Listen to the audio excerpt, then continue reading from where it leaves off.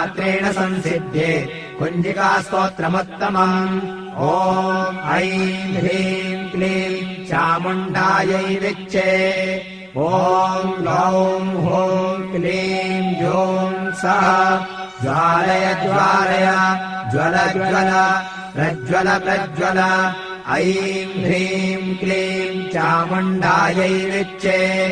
ज्वल हं सं लं क्षं फट् स्वाहा